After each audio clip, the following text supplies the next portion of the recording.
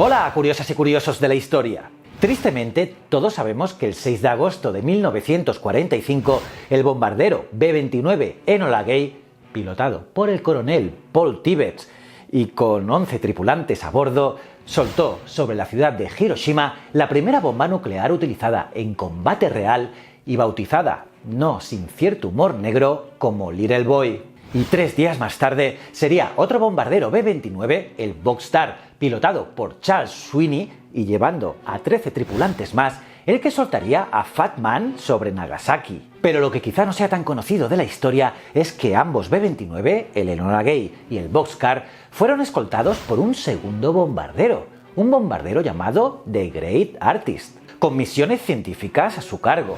Y hoy hablaremos precisamente de la historia familiar de uno de los científicos que voló en el The Great Artist, un científico llamado Luis Álvarez. Pero antes, si no quieres perderte ningún detalle, te recomiendo suscribirte y dar a la campanita. Soy JJ Priego, esto es Historias de la Historia y aquí se cuenta la historia de otra forma. ¿Quieres saber más? Acompáñame.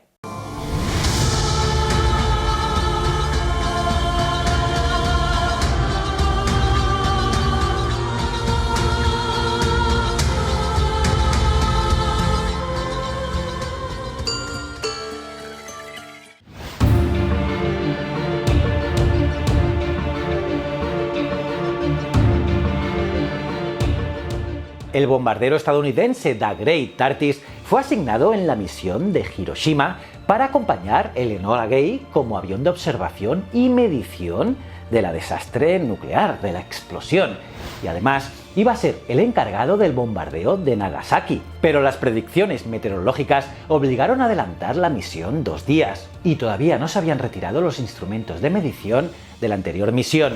Así que para evitar el retraso de la operación se optó por cargar Fat Man en el Bockscar y que el Great Artist volviese a participar en la labor de observación y evaluación.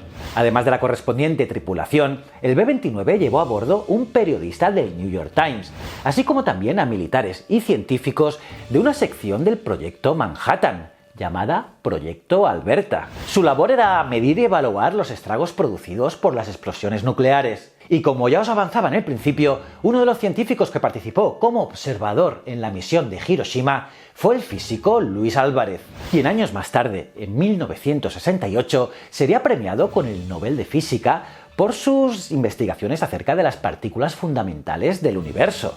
Aunque estadounidense de nacimiento, Luis Álvarez tenía raíces asturianas. Era nieto de Luis Fernández Álvarez, intrépido médico asturiano, nacido en el concejo de Salas en 1853. El abuelo Luis emigró a los Estados Unidos siendo jovencito, y he ahí que su primer apellido fue confundido con un segundo nombre, cosa típicamente anglosajona, pasando a ser simplemente Luis F. Álvarez. Fue el inicio de una saga familiar, la de los Álvarez, que hincaba sus raíces en lo más profundo de Asturias, pero que iba a florecer de forma asombrosa en el Nuevo Mundo. El abuelo Luis había nacido en el seno de una familia pobre, o mejor dicho, muy pobre. Sin embargo, tanto él como su hermano Celestino, tras diversas aventuras en Madrid, vieron que la única forma de prosperar era viajar a América, ya en Cuba, y gracias a que Luis había podido aprender los rudimentos de la lectura en Madrid, encontró trabajo como lector de historias y periódicos para amenizar las labores de los obreros en una fábrica de tabaco. El chavalín, pues apenas contaba entonces con 13 años de edad, descubrió en los libros todo un mundo infinito. Aquellas lecturas en la fábrica le animaron a cambiar el rumbo y viajar al norte. Pasó un tiempo en Florida, pero pronto llegó a Nueva York. Las aventuras de este primer Luis de la familia Álvarez no habían sino comenzado, y hacia 1880, ya casado con una mujer de origen alemán, se había convertido en un próspero comerciante asentado en Minnesota. Era la época de la expansión de los Estados Unidos hacia el oeste, y claro, aquello prometía prosperidad sin límites y el intrépido emigrante no iba a dejar escapar su oportunidad. Así que finalmente decidió viajar a California, donde se convertiría en un próspero gestor inmobiliario y, nueva sorpresa, como quien no quiere la cosa, comenzó a estudiar medicina. Y como aquello no se le daba nada mal, con el tiempo, Luis se convirtió en un reputado galeno en San Francisco. Pero el bueno de Luis no tenía suficiente, así que no tardó muchos años en viajar aún más hacia el oeste, concretamente a lo que por aquel entonces era un inhóspito reino independiente, pero con ciertos hilos coloniales con los Estados Unidos. Las islas de Hawái.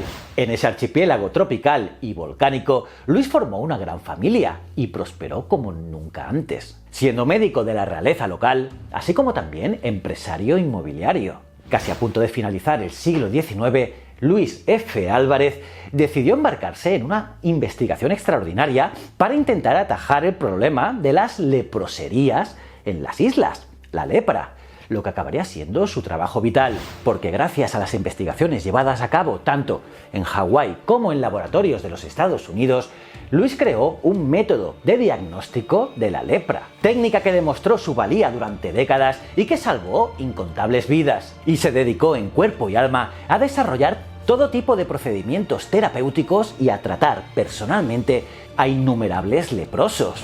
Finalmente, quizás necesitando un cambio de aires, regresó a California, donde trabajó con gran fama como médico y llegó a ser cónsul honorario de España. Luis moriría en 1937 con 84 años a causa de una neumonía, pero dejó tras él un legado ilustre. De sus hijos, cabe recordar a Mabel Álvarez, una pintora californiana de gran fama, y a Walter Clement Álvarez, médico como su padre, pero que además, durante la primera mitad del siglo XX, fue uno de los más populares de los Estados Unidos gracias a su maestría con la pluma que demostraba con incisivas columnas que verían la luz en la prensa de costa a costa, así como también en libros que tenían ventas millonarias. Pues bien, el hijo de Walter Clement, llamado Luis Walter Álvarez, tuvo una historia no menos ecléctica que la de su abuelo, ya que físico de profesión entró a formar parte del proyecto Manhattan.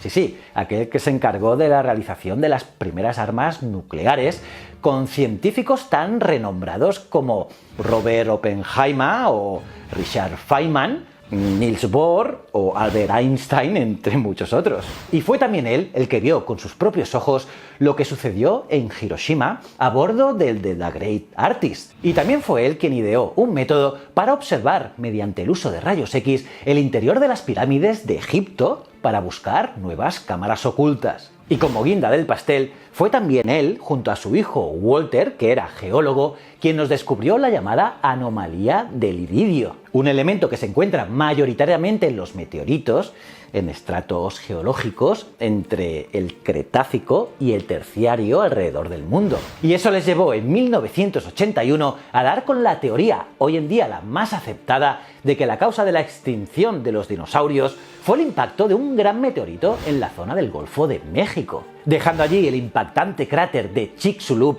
ahora hace unos ya 65 millones de años. Y ese fue el Little Boy accidental del Cretácico. ¿Cómo os habéis quedado, curiosas y curiosos? ¿Qué historia más interesante la de esta familia, ¿verdad? Me lo podéis poner en los comentarios, los leo todos. Y aparte de darle me gusta al vídeo, suscribirte y campanita, debes mirar este vídeo aquí, que seguro que te va a gustar un montón. Si no eres suscriptor, darle a este botoncito. Y estos dos botones son otros canales míos que quiero que entres, que los veas y me digas qué tal están. Y recuerda, el conocimiento es un requisito esencial para la supervivencia. Muchísimas gracias.